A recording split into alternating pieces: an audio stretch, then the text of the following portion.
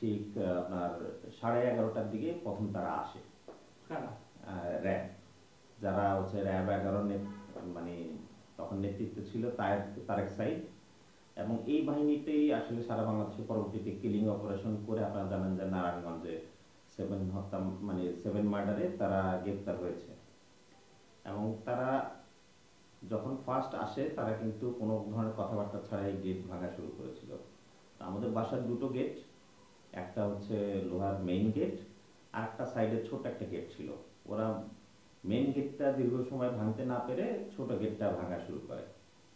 তো আমার বাবা আগের থেকেই প্রস্তুতি নিয়ে রেখেছিলেন, ঘুমোতে যাওয়ার আগে ব্যাগটা গুছিয়ে রেখেছিলেন, ওষুধ গুছিয়ে রেখেছিলেন, যে আসলে হয়তো তারা আমাকে গ্রেপ্তার করে নিয়ে যাবে, ঠিক আছে আমরা খাওয়া দাওয়া শেষ করে আমাদের একটা ফর্মাল বিদায় হয়ে গেল যে না ঠিক আছে ওনাকে যদি আসে দরজা খুলে উনি নেমে চলে যাবেন। আপনাদের মানসিক প্রস্তুতি ছিল যে আজকে গ্রেপ্তার হবে? হ্যাঁ, কারণ হচ্ছে একে তো তৎকালীন সময়ে জামাতের অফিস, জেলা অফিস এবং মহিলা জামাতের অফিস আমাদের বাসায় ছিল, এবং তিনি জামাতের একজন উচ্চ পর্যায়ে দায়িত্বশীল ছিলেন, এবং 12 তারিখের এই ঘটনায় তিনি চিকিৎসা সেবা প্রদান করেছেন। মানুষের কাছ থেকে আমরা বিভিন্ন জায়গা থেকে ইনফরমেশন পেয়েছি। আমাদের কাছে মনে হয়েছে যে হয়তো হাইস্ট এটাই করবে যে তারা বিভিন্ন জায়গায় যেহেতু যাচ্ছে ওনাকে হয়তো গ্রেপ্তার করে নিয়ে যাবে। কার্যক্রম বিরোধী দলকে দমনের জন্য তখন সর্বোচ্চ এইটাই ছিল পন্থা, কিন্তু হত্যাকাণ্ড এভাবে ওপেন একজনকে বাসায় এসে প্রবেশ করে হত্যা করবে এই ঘটনা তো কল্পনাও করা যায় না, এবং একজন চিকিৎসক কেউ না। তো সেই জায়গায় উনি যখন এক পর্যায়ে রেডি টেডি হয়ে গেলেন, আমরা ঘুমন্ত অবস্থায় ছিলাম, তাড়াতাড়ি ঘুমাই যায়, শীতের রাত, এবং মফস্বল এলাকায় তো আসলে এত রাত পর্যন্ত জেগে থাকা তখন কালচার ছিল না।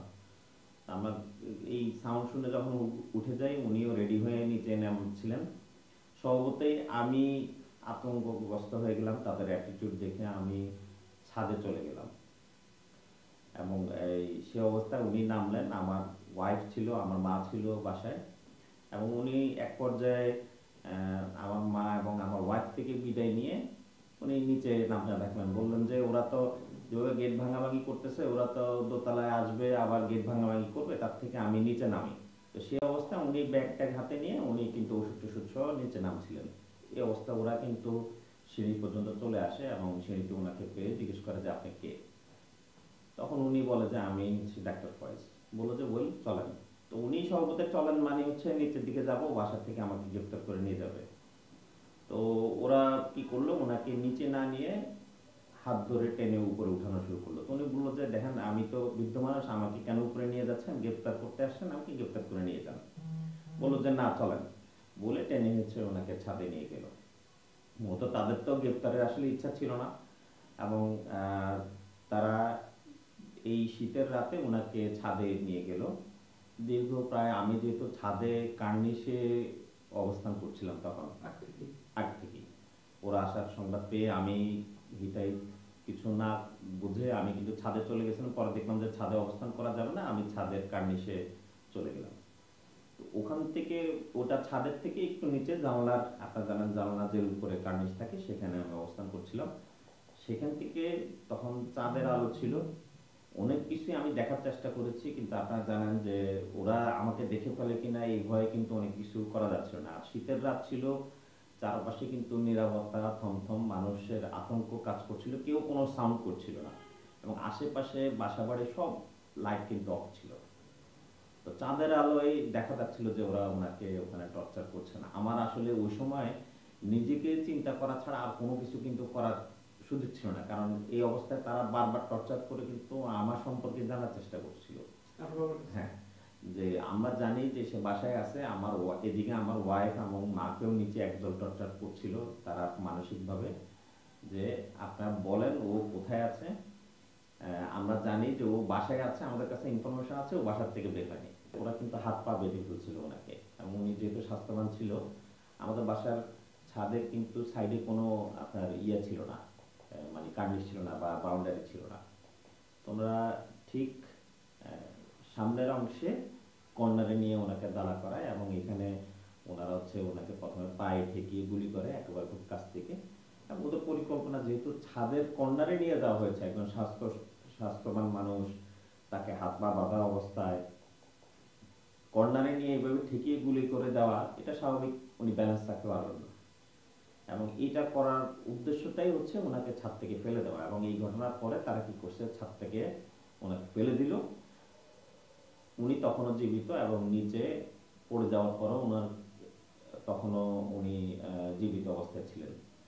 এমন একটা অবস্থায় ওরা এক পর্যায়ে নিচে ওনাকে মৃত্যু নিশ্চিত করার জন্য আরো কিছু আঘাত করলো, করে এরপরে ওনাকে গাড়িতে উঠে নিয়ে গেল, মেরে গাড়ি তুলে নিয়ে গেছে। জি। এবং এইটা গাড়ি, ওনার লাশ বহন করার জন্য আলাদা একটা গাড়ি নিয়ে এসেছিল, ওখানেও লোকজন ছিল। এবং আপনার র্যাবের পোশাকধারী, সিভিল পোশাকধারী, জ্যাকেট পরা এবং এর বাইরেও সিভিলিয়ান অনেক লোকজন ছিল। এই অবস্থায় আসলে আমাদের মাথায় কাজ করছিল যে আমার বাবাকে নিয়ে যাওয়া হচ্ছে, তাকে গুম করে ফেলা হয় কিনা। আমাদের সর্বোচ্চ চেষ্টা ছিল, আলহামদুলিল্লাহ আমাদের সাংবাদিক ভাইরা যথেষ্ট ভালো ভূমিকা রেখেছেন। আমাদের বাসায় ঢুকার, ওদের অভিযান শুরু হওয়ার পর থেকেই কিন্তু সাংবাদিকরা চেষ্টা করেছেন ওনাকে গ্রেফতার করা হচ্ছে এই নিউজটা পাবলিশ করার জন্য। এবং টিভি তখন তখন স্ক্রল হয়ে গিয়েছিল। তো যখন এই ধরনের হত্যাকাণ্ডের মতো ঘটনা ঘটে গেল, সেটাও কিন্তু স্ক্রলে লাইভ চলে এসছে। এই অবস্থায় তাদের যেহেতু ইনফরমেশনগুলো মিডিয়াতে চলে এসছে, তারা কিন্তু লাশটা চাইলেও আপনার গুম করতে পারেনি। তখন আমাদের এটাই সর্বোচ্চ চেষ্টা ছিল, কারণ আমরা চাই নাই যে একটা ঘটনার পরে আমরা আমার বাবার লাশ পাবো না। এটাকে মেনে নেওয়া আরো কঠিন হবে আমাদের জন্য। পরের দিন তার জানাজা অনুষ্ঠান করা তারা করতে দিতে চায় নাই, এরপরও হাজার হাজার মানুষ। এবং আপনি জেনে আশ্চর্য হবেন যে তিনি জামাতের রাজনীতি করলেও এত পরিমাণ, আমরা একসময় হিন্দু শাঁখারীপাড়ার মুখে থাকতাম, এত পরিমাণ মানুষ, এত পরিমাণ মহিলা, হিন্দু মহিলা এসেছিল ওনাকে এক নজর দেখার জন্য, কান্নাকাটি করে ওনার জন্য শোক, মানে শোক ধরে রাখতে পারছিল না তারা। এই জনস্রোত দেখে তারাও হতবিহ্বল হয়ে পড়লো যে আমরা আসলে কাকে মারলাম। এবং ওখানে কাউকে কাউকে এরকম মন্তব্য করতে শোনা গেছে যে আমরা কি আসলে কোনো ভুল করে ফেললাম কিনা।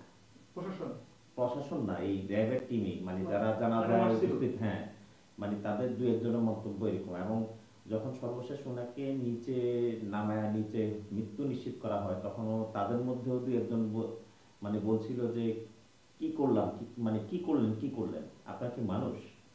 মানে যারা মারতে আসছে তাদের মধ্যেও তাদের সর্বোচ্চ চেষ্টা কিন্তু ছিল যে ওনাকে আসলে মেরে ফেলবে, এটাই তাদের সর্বোচ্চ চিন্তা ছিল। এই জন্য তাদের টর্চারের মেইন উদ্দেশ্য ছিল তাকে কষ্ট দিয়ে হত্যা করা।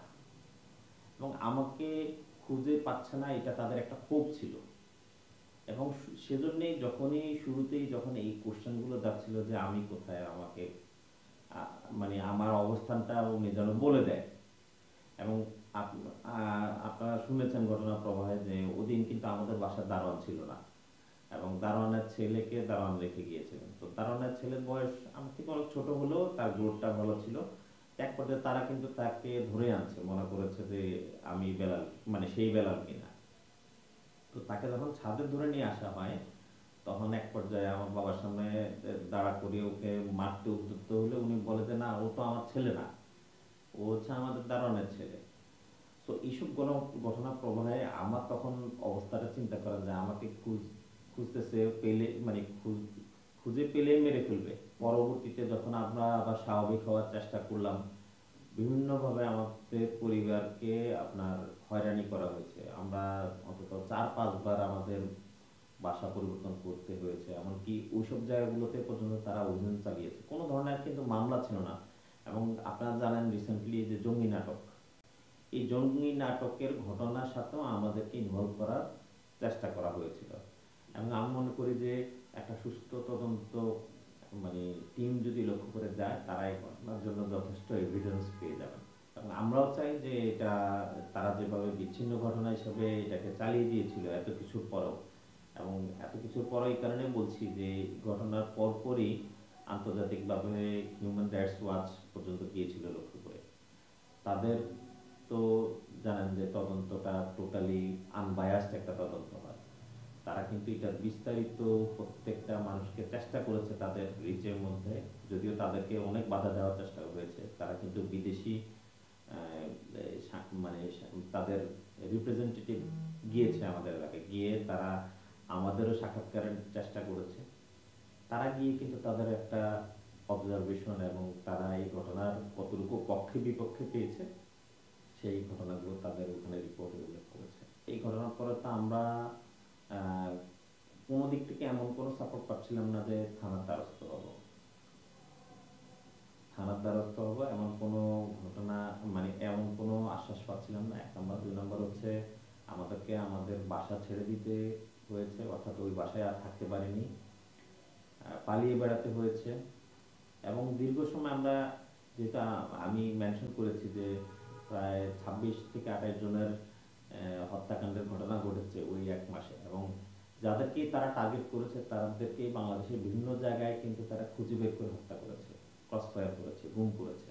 আমাকে না, শুধু ধরেন আমার ভাই তো ডাক্তার, এবং আমাদের পরিবারের আমার বোনদের বাসায় পর্যন্ত তারা গিয়েছিল। এটা আমাদের জন্য একটা বড় পরীক্ষা ছিল, যে আমাদের বোনেরা তো সরাসরি ওভাবে কোনো ইয়া ছিল না, কিন্তু তারা পরিবারকে আসলে টার্গেট করেছিল। দীর্ঘ সময় শাঁখারীপাড়া থাকার কারণে ওখানে প্রচুর হিন্দু মানুষের সাথে আমাদের উঠা বসা হয়েছে, এবং তাদের চিকিৎসার জন্য আমার বাবা চেষ্টা করেছেন একজন চিকিৎসক হিসেবে, মানবিক চিকিৎসক হিসেবে থাকার জন্য ওনাদের সাথে। আমি জানি না কতটুকু এটা মানুষ বলে যে তিনি মানবিক ডাক্তার হিসেবে ওনাকে বলে, এটা আমরা পরিবারের সদস্য হিসেবে না বললেও এলাকার মানুষ বা অন্যান্য নিউজ মিডিয়াতে দেখেছেন। তিনি কিন্তু কখনো ধর্ম, বর্ণ, গোত্র বা পলিটিক্যাল, ইভেন আপনার যারা পলিটিক্যাল রাইভাল তাকে মনে করতেন তারা পর্যন্ত তার ওনার চিকিৎসা সেবা দিয়েছেন। এবং এই মানে হিন্দু মহিলারা যেভাবে ছুটে এসছে ওনার জন্য, কান্নাকাটি করেছে, সাধারণ মানুষ যেভাবে তাদের বাধা মুখেও এত বড় জানাজা অংশগ্রহণ করেছে, এটাই প্রমাণ করে যে না, সাধারণ মানুষের রিয়াকশনটা, হ্যাঁ, শক ছিল তাদের জন্য। এটা একটা বড়, যে এরকম একটা ঘটনা ঘটে গিয়েছে। তারা আসলে বিশ্বাস করতে পারে না যে এরকম একটা ঘটনা ঘটতে পারে, এবং তারা এত পরিমাণ ব্যথিত ছিল। তাদের আসলে এটাকে মানে এক্সপ্রেস করার জন্য দোয়া, আল্লাহর কাছে হাত তোলা ছাড়া আর কোনো বোধহয় রাস্তা ছিল